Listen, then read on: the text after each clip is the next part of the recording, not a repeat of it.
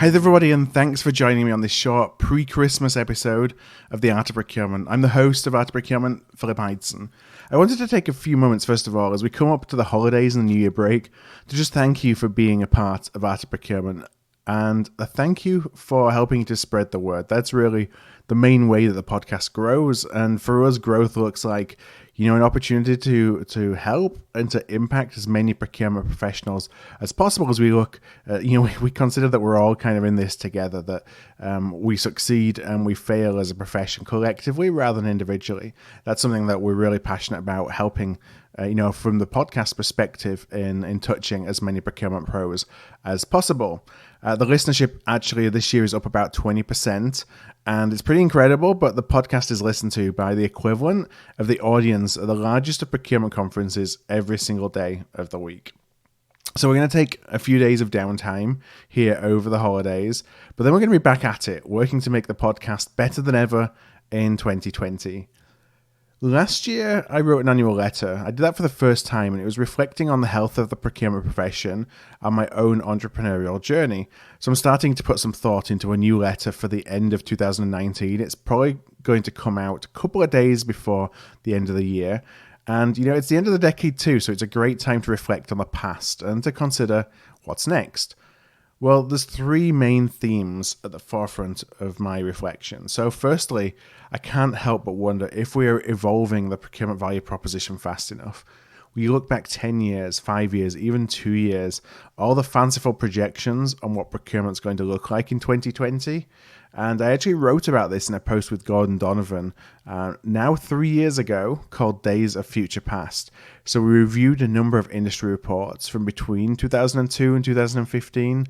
And the themes in those industry reports, remember some of them went back all the way to 2002, were generally that technology is going to set us free as a profession, that our procurement KPIs are going to change and savings will be a lot less important, that skill sets are going to change and the traditional buyer role will no longer exist, and actually procurement may disappear altogether, that business units will outsource strategic procurement because they see procurement as an inhibitor rather than an enabler of their objectives. So they kind of take things into their own hands. So those are some of the projections that that were coming our way for 2020. The reality, I think, is that certainly for the masses, that not a lot has changed. So we're still fighting the good fight, but so many organizations are still struggling to evolve from a tactical to a strategic role. And I want to say doing that at scale. So organizations have been able to do that or some have for specific categories and specific teams. But, that's based on a lot of specific high-achieving staff, what they're struggling still to do. And I don't want to say everybody, because as I talk about in a minute, there are some organizations that have cracked this. But most are struggling to do it at scale where it impacts their entire performance of their procurement team. So the other challenge that we have is that we're still on this hamster wheel where we're really following economic cycles of our businesses. So it'll go from saving money at all costs being the burning platform to value beyond savings as the business conditions change, and then back to saving money at all costs again. The second theme that's really that I'm thinking about is investment in startups and emerging technology in the procurement space. And it's happening like never before. Perhaps it's in some part spurred by the success of Cooper, which 3x their share price almost, maybe 2.5x their share price in 2019. So it's showing that there is a lot of opportunity to have some outsized returns in procurement. I think perhaps it's also because, during most of the 2010s, a lot of investment was in IT, HR, marketing, and sales technologies. And now investors are waking up to procurement as being a little bit of a sleeping giant. A lot of the technologies they may be investing in, they're not actually new technologies, but the businesses they're supporting are brand new use cases, contextualized for procurement for the first time, having worked successfully in other areas. The startups that we see, they're geographically diverse. They all have the potential to change what our procurement normal is. So we do need to be ready and to embrace these technologies and find new ways for us to use them that will ultimately elevate our role. We're actually going to be sharing a series. I think it's going to be late January of next year with a number of these startups. We have a startup series coming, so I'm looking forward to sharing that with you. Now, the third thing I'm thinking about is the gap between those procurement organizations that have cracked the code and those that haven't. That gap is getting wider. There's a lot of reasons for this, but if I was to nail it down to one thing, like one primary reason why that gap is getting bigger, and when I look at the ones who are truly leading the way for the procurement function, they're manically obsessed with aligning their performance with the actual needs of the business. And when I say needs, I emphasize that purposely, actual needs of the business, because what I don't mean is current metrics. That's a really important distinction because our current metrics are often not aligned with the actual needs of the business.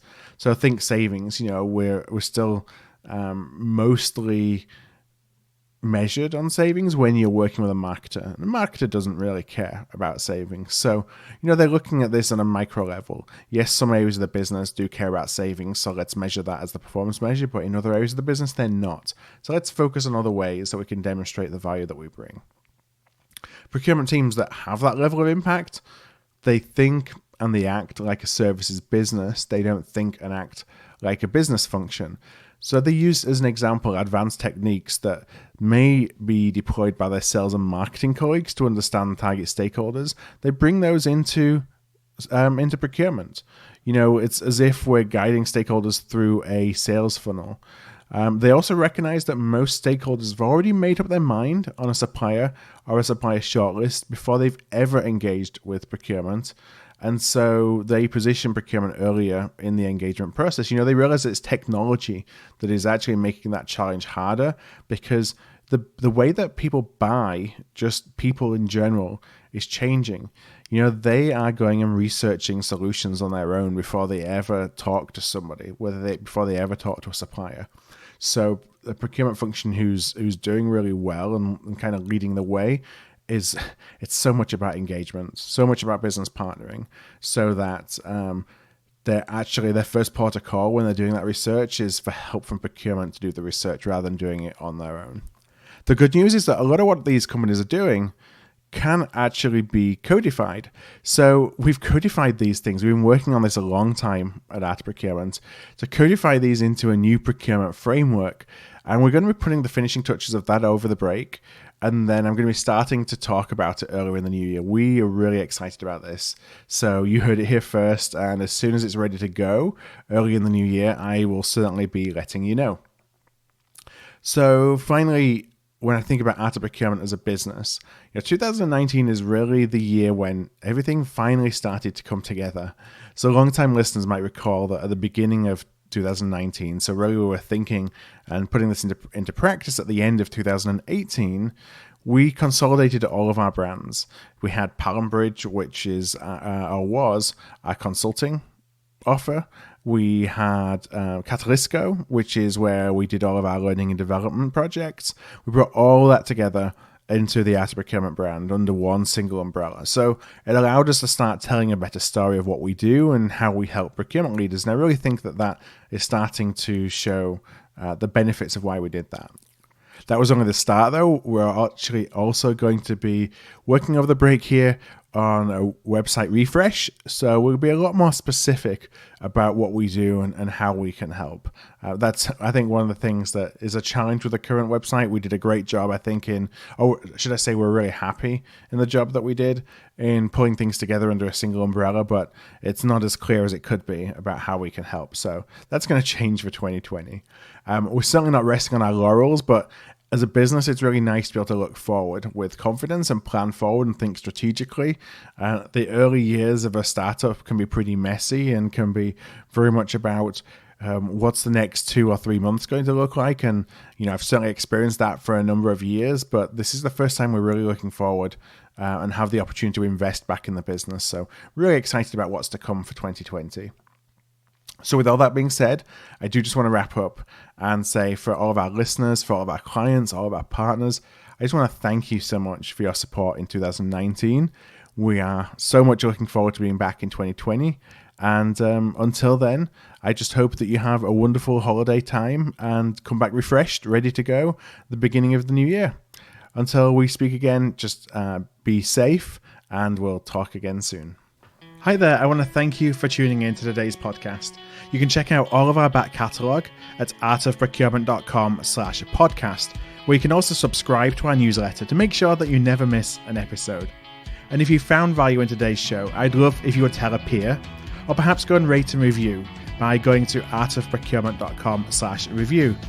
Word of mouth really is the best way to help the podcast grow, and if you're able to do either one of those things, I would truly appreciate it.